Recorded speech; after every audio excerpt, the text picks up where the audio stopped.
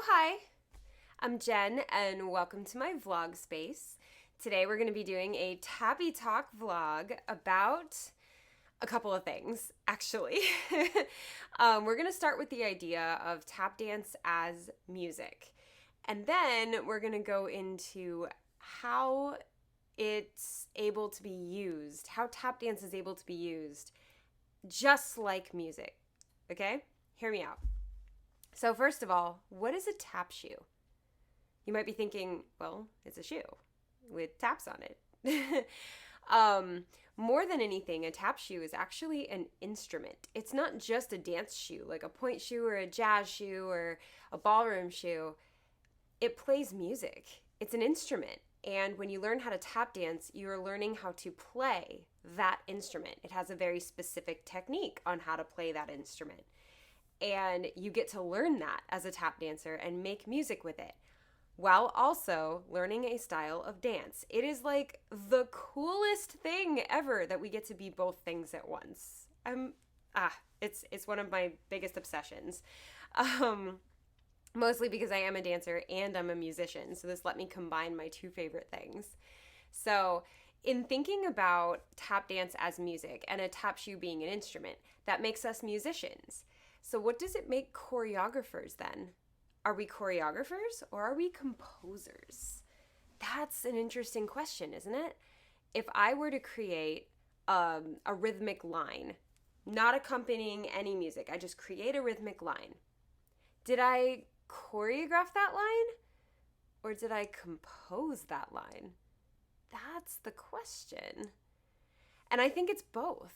I think that the answer is that it's both. I choreographed it because I used dance moves to do it, but it is a line of music. It's a line of rhythm that I created out of nothing, out of my own brain. And yes, I composed that line of rhythm. So I'm a choreographer and a composer. That's pretty cool, all right?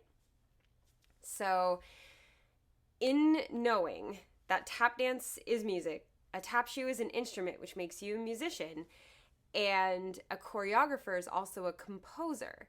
That brings me to kind of the point of this vlog.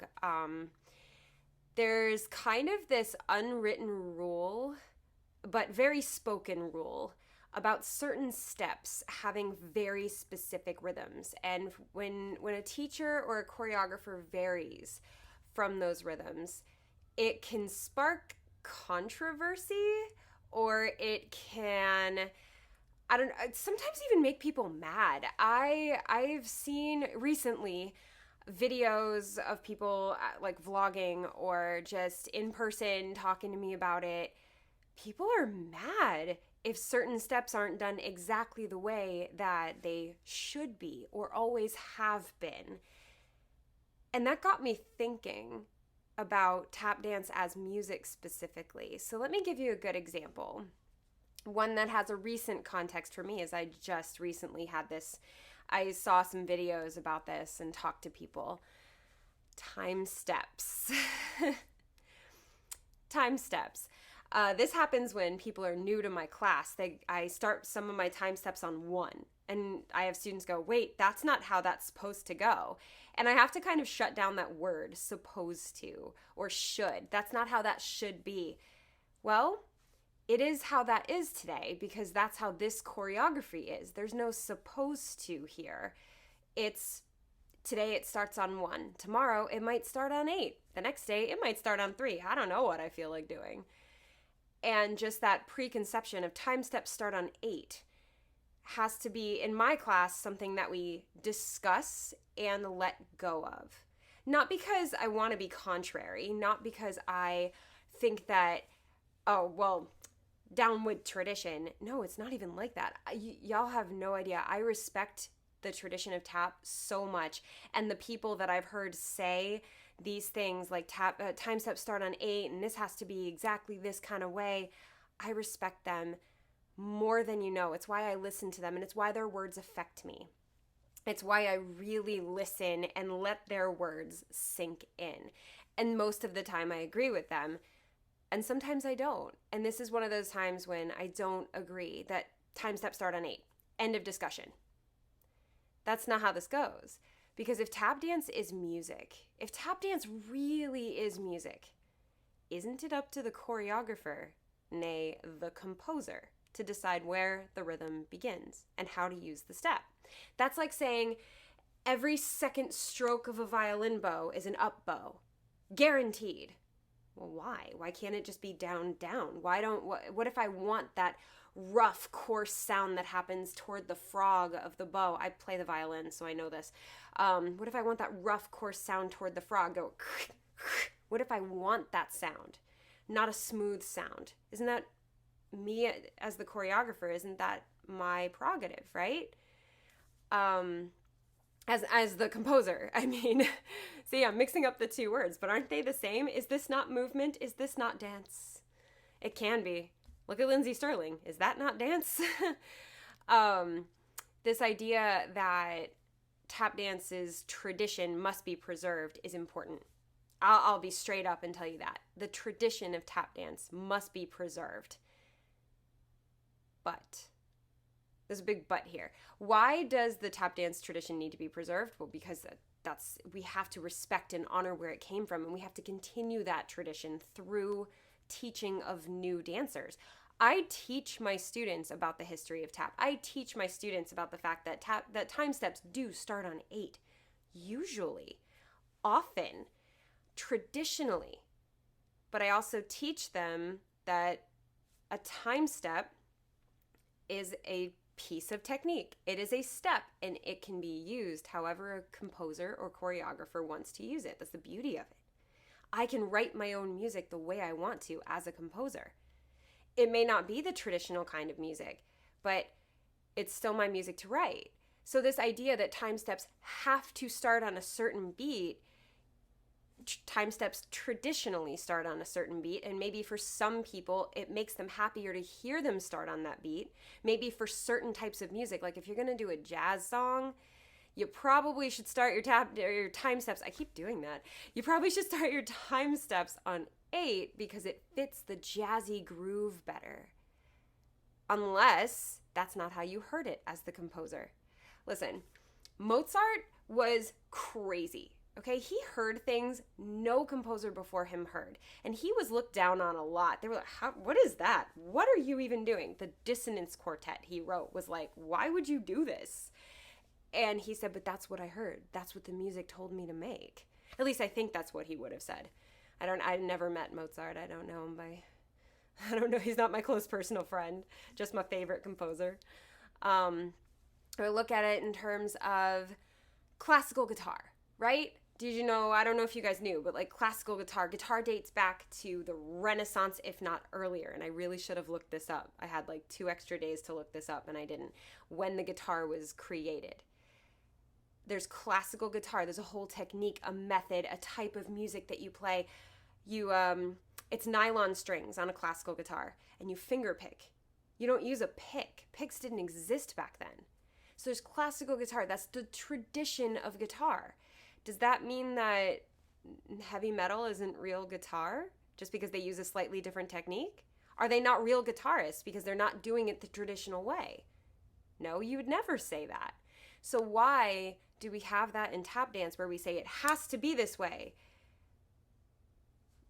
But it doesn't, because I can start a time step on 1 if that's where I wanted the accent to go. If that stomp, that little if I wanted it on 1, 2, 3, 4, 5, 6, 7, 8, if that's where I wanted it as the composer, am I not allowed? I think I am. And I'm going to say you are too, because it's music. If we're really going to treat tap dance like music, we have to treat it like music. And what does music have? Different genres. You can say that traditionally, if you're using this type of music, you should be tap dancing this particular way. Because that type of tap dance is a specific genre of tap dance that fits that specific genre of music. But let's say you're tap dancing to dubstep. I don't think starting on 8 is going to work very well. So you start on 8, but the dubstep beat, it's like you're adding an extra, I don't know how to explain it, but it would be very dissonant rhythmically for you to start on 8 if you're tap dancing to that. So to have this idea that there's a should, when it comes to a time step. I say it depends on context. I say it depends on choreographer / composer. If you're gonna treat tap dance like music, you have to treat tap dance like music completely. Let it have different genres. I recently have come to the conclusion that I tap dance in my own genre of composition, of music. I don't always tap dance to any specific genre of music.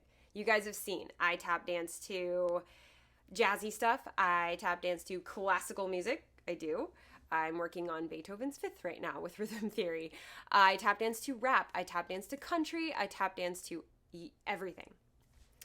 But what am I if not a little contrary to tradition? Just based on how I choreograph, based on how I dance, based on what I've done with my companies. How am I anything but a little contrary, a little against the norm, a little outside of the box? And what genre of music is all of those things, and always has been and always will be? Punk rock. So I've recently decided to just admit it. I'm admitting this. I am a punk rock tap dancer.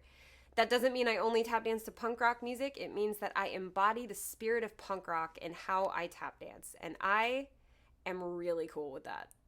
I'm great with that. That's great. So I'm coining the phrase Jen, the punk rock tap dancer, but is what it is. The whole point of this is to say that tap dance is music, and there's a traditional way of doing things. You can say traditionally time steps start on 8, and they do. They absolutely do, and that is deeply rooted in how the music that traditional tap dance, or in how the music that tap dance traditionally went with, was made. The emphasis is on 2 and 4. You should probably emphasize 2 and 4, which would be 6 and 8 as well. So if a time step starts 5, 6, 7, 8, 1, you're emphasizing the 2 and the 4. Perfect. But if the song you're dancing to doesn't emphasize 2 and 4, it's a little weird to do that. Same thing with starting a drawback with a step. That's another weird thing that I do. Who says you have to start it with the spank heel? No one. It's still a drawback. I just started it at a weird spot. That's like saying all music has to be in 4/4 or a traditional time signature versus like somebody saying, well, I feel like doing this in 12/9. And you're like, what's 12/9? What? But they can. They absolutely can, because they're the composer and they get to decide. Maybe not everybody wants to listen to that weird music. Maybe some people do. And maybe not everybody enjoys listening to the tap dance that I create, but some people do. But the whole point is I'm allowed. And you're allowed. If you are creating music or tap dancing or choreographing tap dance and it falls a little out of the norm, and you bring it to competition and those judges rip you apart and say, time steps should have started on 8. Why are you starting this with your left foot? What is this? What kind of step is that? I've never seen that before. It's not real. Let them pick you apart. I mean, it's not great for scores, but let them pick you apart because you made artistic choices and you're allowed to make those artistic choices. You're absolutely allowed. I'm not saying I have the authority to allow you. I'm just saying art is art. Music is music. Dance is dance. The technique must be preserved. The technique must be taught. But how a composer takes all the notes that they learned and all of the dynamics that they learned and all of the phrasing that they learned, how a composer takes all that and says, I feel like playing this piece upside down and backwards. Let's choreograph that. Let's compose that. They can do that. They absolutely can do that. It's how death metal started. It's how punk rock started, It's like how you have classical music and then people went, well, what if I did it this way? Creates a whole new genre of music. I'm going off on a little bit of a music tangent because I'm very passionate about it, but I'm just saying you have technique that has to be taught. But how you use that technique to tell your story and create music, that's up to the composer. That's up to the choreographer. Same thing in modern ballet. Obviously in ballet, you have a traditional way of doing things, right?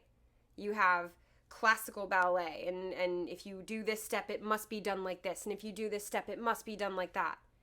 And then somebody comes along and makes the rite of spring, and everything's turned in, and everything's in plie, and nothing makes any sense. Or that cool Swan Lake piece where it was all like messed up, like somebody messed everything up.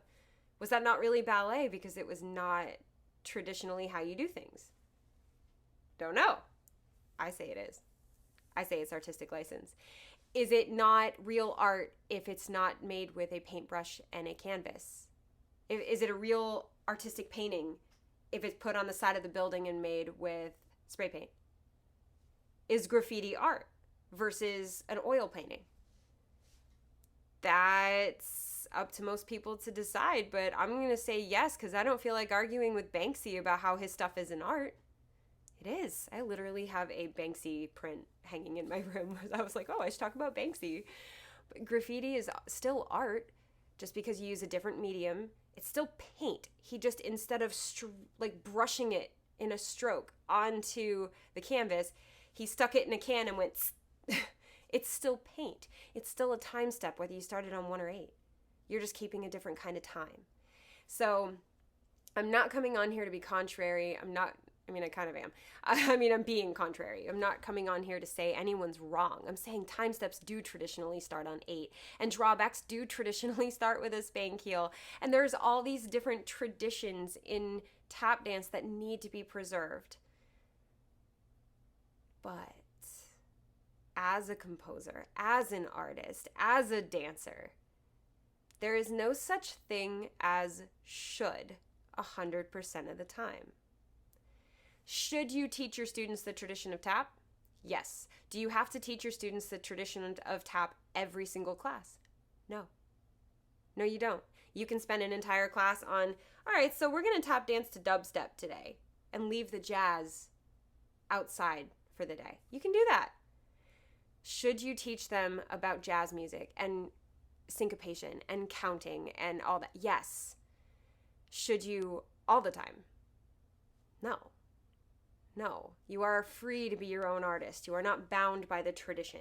It is important to teach it, but you are not bound by it, if that makes sense. So I hope you guys have gotten a little insight into why I'm so weird. It's because I'm a punk rocker. And that it's okay to be weird. I have always existed outside of the box. I have never fit into anyone else's box. Ever. And I'm okay with that.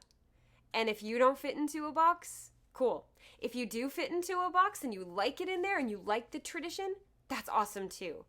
You're that person that's going to carry on the tradition. That's great. But don't look at me like I'm weird, and I won't look at you like you're not weird. I won't look at you like you're stale if you don't look at me like I'm crazy. Because what you're doing is important, and what I'm doing is important. And the most important thing is that we're all tap dancing, and we're all making music, and we are all continuing this art form into the future. And at the same time as we are preserving its foundations, we are letting it grow. So, I may never be a big deal. Maybe I have to realize that. Maybe because I'm so contrary, I'll never be a big deal. Because the ones who are a big deal are the ones who are traditional or pushing the envelope, but in a more traditional way than I am. I literally put Alice in Wonderland's costume on and tap dance to rock music on the regular. Like that's how I perform. And maybe that's too weird, but it's what I want to do. It's my art, and I want to do with it what I want, and I'm allowed to. And so are you.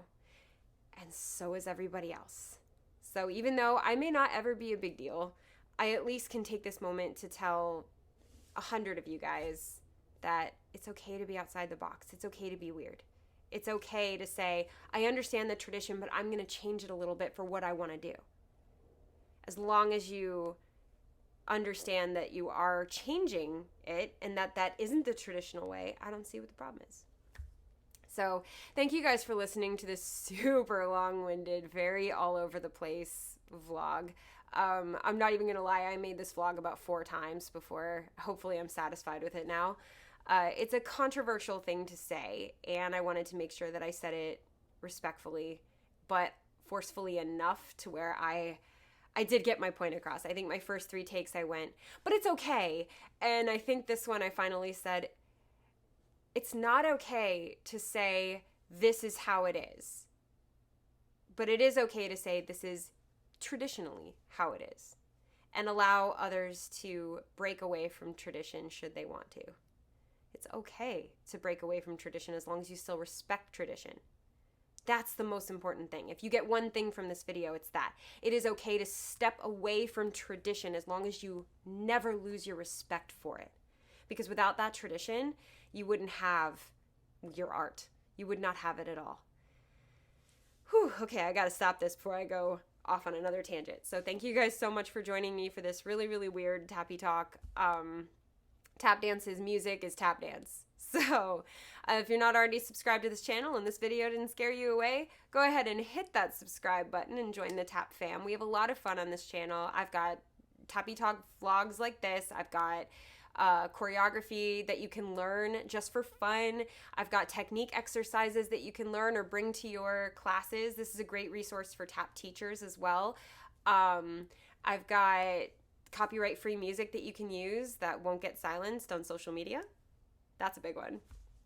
I've got lots of stuff on this channel. I endeavor to be a free resource for tap dancers and tap teachers around the world, and I take a lot of requests. So if you have something that you want me to talk about, make an exercise with, or do a tutorial of, or a song that you want me to do, lay it on me. I'll add it to my list of requests and I will get to it, I promise. So don't forget to hit the thumbs up button if you agree with me that tap dance is music. Never mind anything else. Just agree with me that tap dance is music, and from there you can do anything. Or at least hit that thumbs up if you love the idea that you get to be a musician and a dancer at the same time. But anyway, thank you guys so much for always joining me on these vlogs in my beautiful vlog space with my super noisy neighbors. But as always, thank you for dancing with me.